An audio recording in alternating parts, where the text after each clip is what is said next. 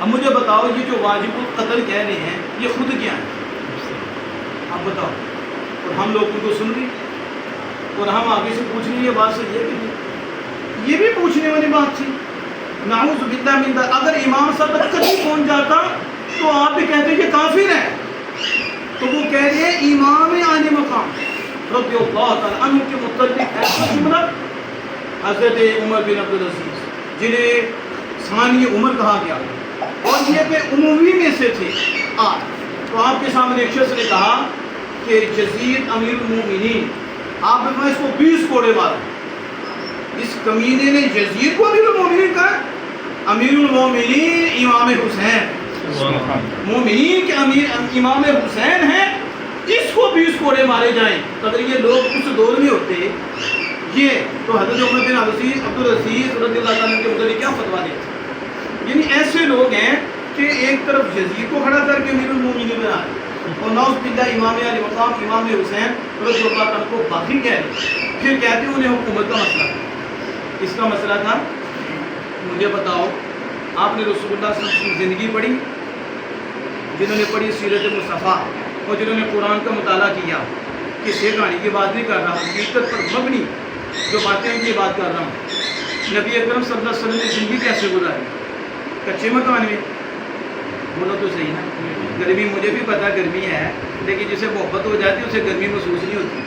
ابھی موبائل ہو کسی نے ٹمکا جوڑ جائے 6 گھنٹے پتہ نہیں چلتا، گرمی پنکھا نہیں نہ ہو اسے پتہ چلتا ہے گرمی تو اسے لگ رہی ہے لیکن محسوس نہیں ہو رہی. محسوس اس کی محبوبہ نہیں ہونے دیتی. تو جس کو دنیا کی کسی چیز سے پیار ہو جائے وہ اندھا ہو جاتا ہے 6 گھنٹے. تو جسے رسول اللہ سے ہو جائے اسے گرمی کیا کہتے ہیں؟ بس اپنے آپ کو صاف کرنا پڑے گا، اپنی توجہ تک نیچے پڑے گی. کسی چیز سے وہ بہت اس کی ہر چیز جانتے ہیں. آپ جانتے ہیں کہ نہیں؟ تو جب ہمیں رسول اللہ سے محبت ہم کیوں نہیں جانتے؟ جنہوں نے محبت انہوں نے گھوڑے کے بھی نام رکھے، یاد رکھیے.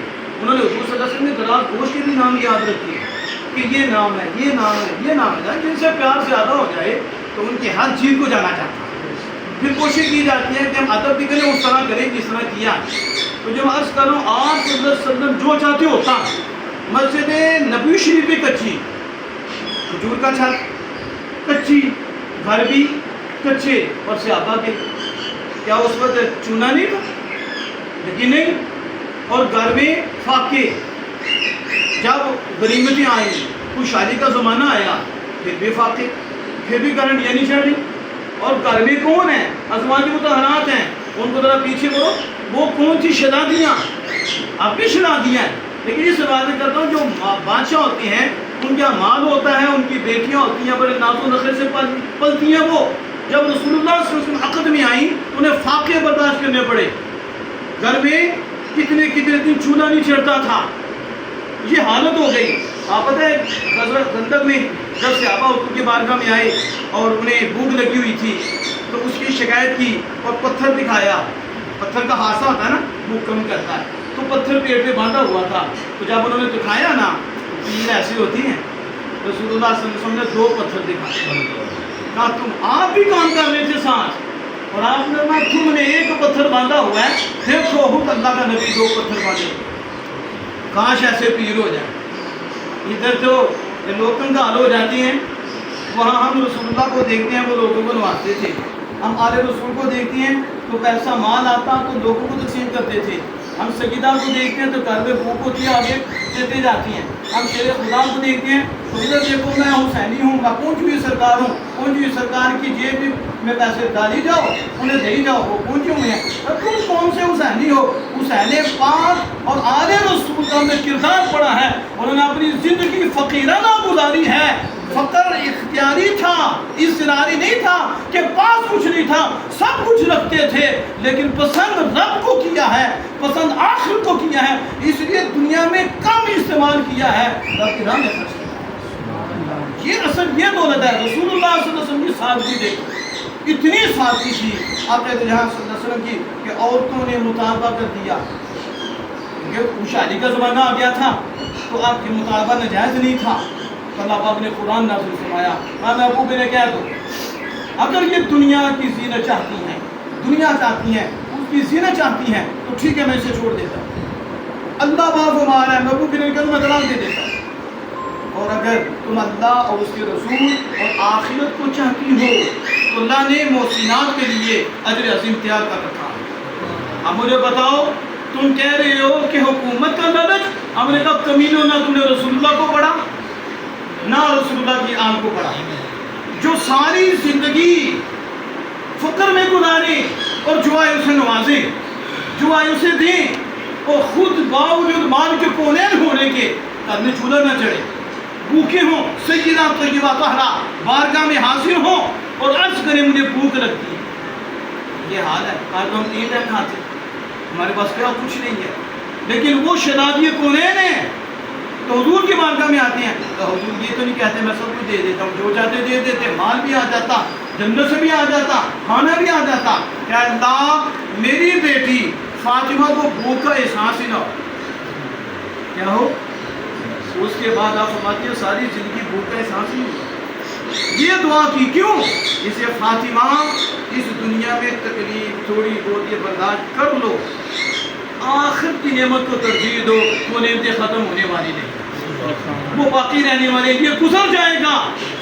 یہ سمجھ آ رہی ہے؟ میں عرض کر رہا ہوں کہ جو یہ اقربا پروری کا الزام لگاتے ہیں رسول اللہ پہ کہ رشتہ داروں کو پالتے رہیں گے، پھر امام حسن میں بھی یہی لاغروں کے پاس بھی مال پڑا تھا، وہ مال کے لیے کرتے تھے، شیر خدا بھی مال کے لیے کرنا، جن کا گھرانہ ہی ایسا گھرانہ ہے کہ آمنہ کے لال اللہ کے نبی مالک کونین ہیں اور فقیرانہ زندگی گزارتے ہیں۔ بیٹی کی بھی ایسی تربیت فرمائی، وہ بھی فقیرانہ زندگی۔ شیر خدا کرم اللہ علیہ کریم تو وہ ہستی ہیں جس میں توجہ ڈالتے ہیں، اس کے دل سے بھی دنیا نکالتے، جو فرماتے ہیں میں نے دنیا کو 3 طلاقیں دی تو دنیا واپس آئی، تو آپ نے کہا تجھے تو میں نے 3 طلاقیں دی ہیں، تو جب 3 طلاقیں دے دی نا پھر رجوع نہیں ہوتا۔ دنیا کو 3 طلاقیں شیر خدا نے دی ہیں، جن کے باپ نفرت کریں، جن کے نانا نفرت کریں تو آگے شہزادے حسن باپ اور حسین باپ وہ طلب کریں، وہ خون مصطفیٰ ہیں، ان کی تربیت رسول اللہ نے کی، ان کی تربیت سیدہ طیبہ نے کی، ان کی تربیت شیر خدا رضی اللہ تعالیٰ نے کی۔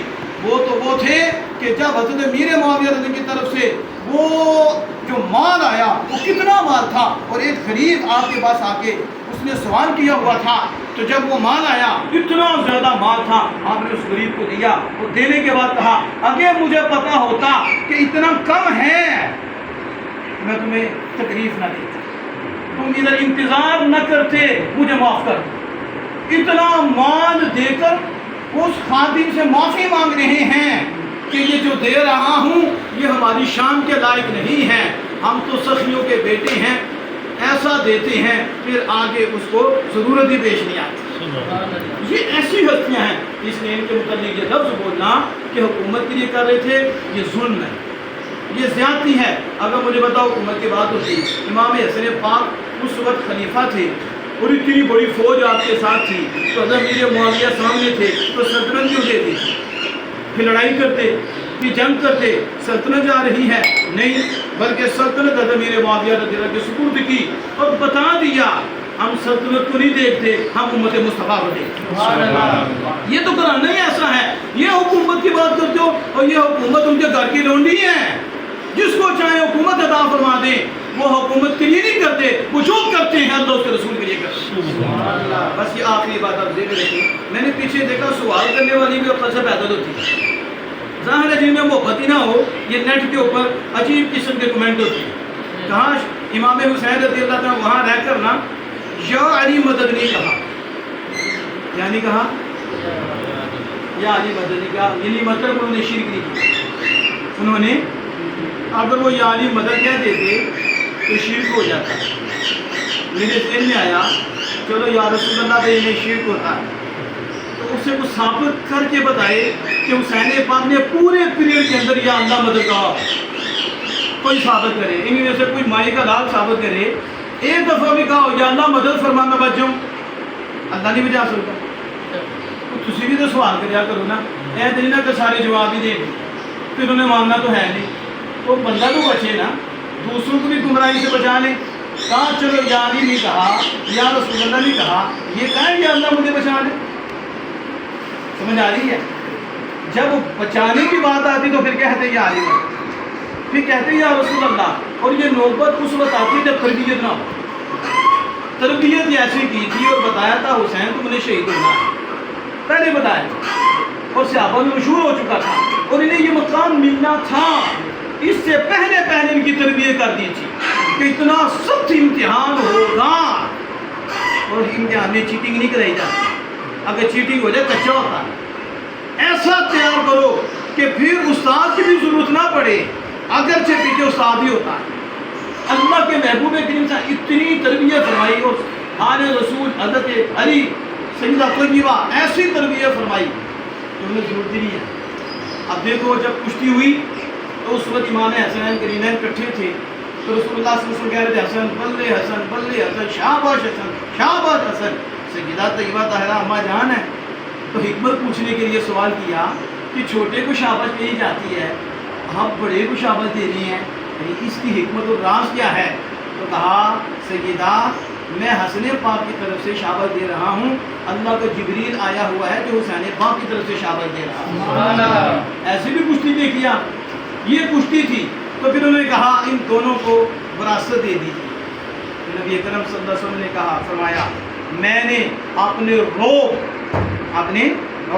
ہیبت اور اپنی سرداری کی وراثت حسن کو عطا فرمائی، حسن سے میرا روب نظر آئے گا، بڑا روب اللہ نے دیا۔ حضور کا روب اتنا تھا تلوار اٹھائے بغیر کافر 1 مہینے کی مسافر پہ ہوتا تھا تو کامتا تھا، اتنا روب اللہ نے عطا فرمایا۔ میں نے حسن پاک کو دے دیا اور اپنی سیادت اور اپنی سرداری حسن پاک کو دی، کیونکہ ایک وقت آئے گا حسن پاک سردار والا کام کرے گا۔ اور فرمایا حسین پاک کو بھی میں نے اپنی وراثت دے دی، وہ کیا؟ میں نے اپنی جرت دے دی، کیا دی؟ وجودی، اور اپنا جود و کرم دیا ان کو۔ حضور کو پتا تھا نا ایک وقت آنا ہے، اتنا سخت امتحان ہے، وہاں میری جرت چاہیے۔ فرمایا حسین پاک کو اپنی جرت دے دی ہے، مدد کے لیے تب پکارتے جب کمی رکھی ہوتی، جب کوئی مسئلہ ہوتا تیار اتنا کیا اور اپنی جرت دی۔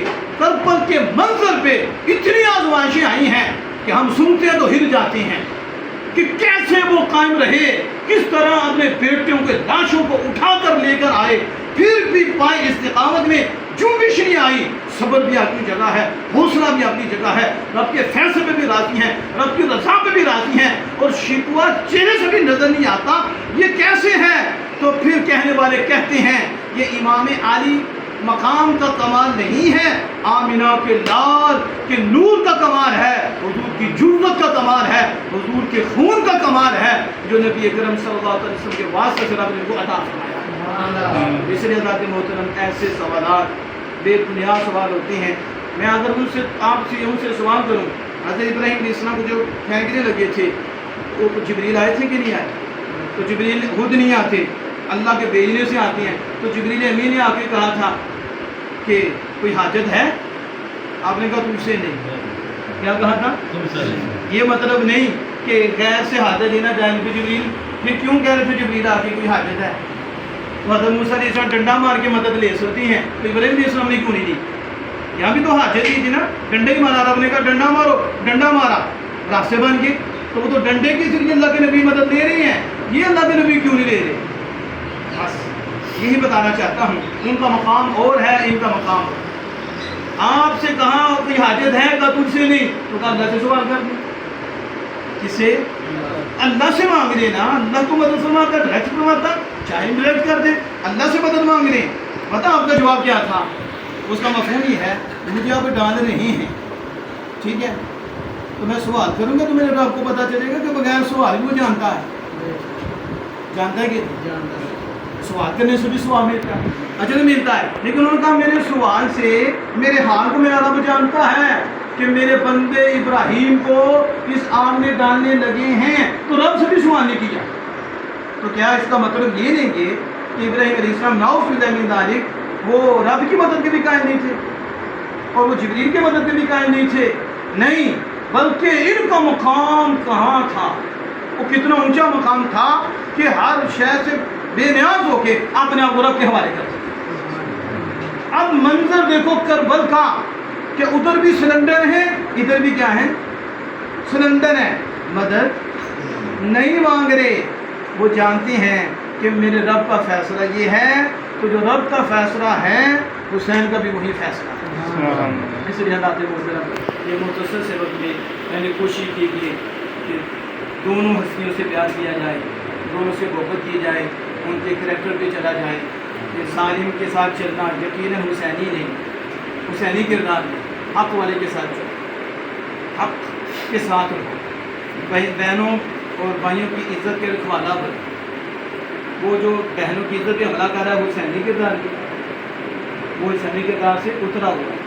جو بے حیائی فحاشی میں پڑا ہوا حسینی کردار کی, اس سے ہٹا ہوا ہے. بے حیائی فحاشی کے خلاف کھڑا ہونا حسینی کردار ہے. دین کے خلاف کام ہو رہا اس کے مقابلے میں کھڑا ہو جائے, یہ حسینی کردار ہے. ایک طرف فرعونیت ہو تو اس کے سامنے کھڑا ہو جائے تو یہ حسینی کردار ہے.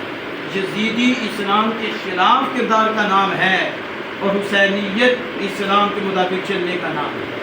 اللہ جل وعلا صلی اللہ علیہ وسلم صلی اللہ علیہ وسلم کی سب سے ہم سب کو ایک مخصوص سے اپنی شکل میں چلنے کی